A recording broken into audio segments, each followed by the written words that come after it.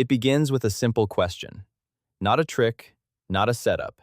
How many countries are in ASEAN? Basic, fundamental, essential. Then comes the pause. Not knowing is one thing, guessing is another. Getting the countries wrong, that's different. Because this isn't a classroom. This isn't a test. This is a confirmation hearing for someone aiming to lead the most powerful military in the world. And sitting across the table is someone who already knows the answer. And more importantly, understands what that answer reveals. Because this moment isn't about ASEAN. It's about readiness. It's about capability. And by the time it ends, the real question isn't what he got wrong, but how much more he doesn't know.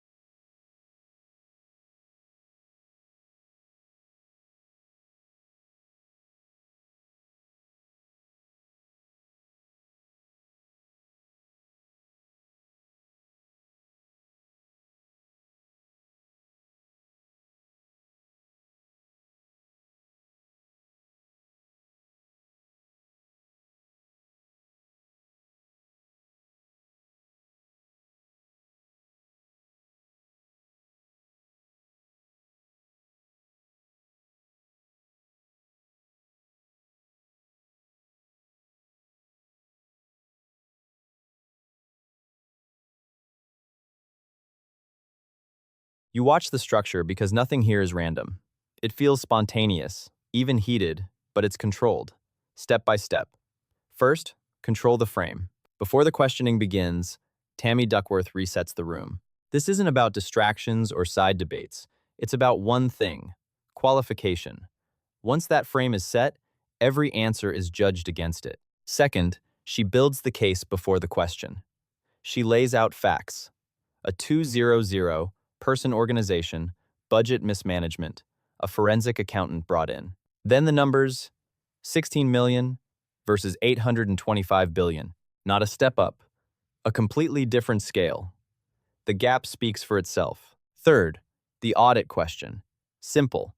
Have you ever led an audit? Yes or no? No room to escape. He avoids it, circles, reframes. She asks again. No answer. Then the line: I will take that as a no. Calm, direct, and it ends the debate. Fourth, escalation. She moves to international agreements. This is the job. She asks for one. He hesitates, asks again, then guesses NATO. Not precise. Silence builds pressure. Eventually, he says status of forces agreement, but too late. Timing matters. Fifth, back to ASEAN. Now it connects. It wasn't random, it was a test. And he failed it completely. South Korea, Japan, Australia, none of them are in ASEAN. That's not just a mistake, that's exposure. This is basic knowledge. Sixth, the shift to stakes. Facts are done, now meaning. She brings in the soldier's creed, not as words, but as lived experience. Troops meet the standard every day under pressure. So why should leadership be any different? Seventh, the verdict. You are not qualified. It lands because she built to it, step by step, failure by failure. It doesn't feel like opinion. It feels inevitable. And that's the strategy. Not to argue, but to show. Because this isn't just about one hearing. It's about perception. Moments like ASEAN and I will take that as a no become the story. Not the full context, just what people remember. So the bigger question remains, what does it take to lead? Experience, preparation, knowing the basics. Because once you're in, there are no second chances. That's what this exposed. Not just what was said, but what wasn't known. And that's the part that stays.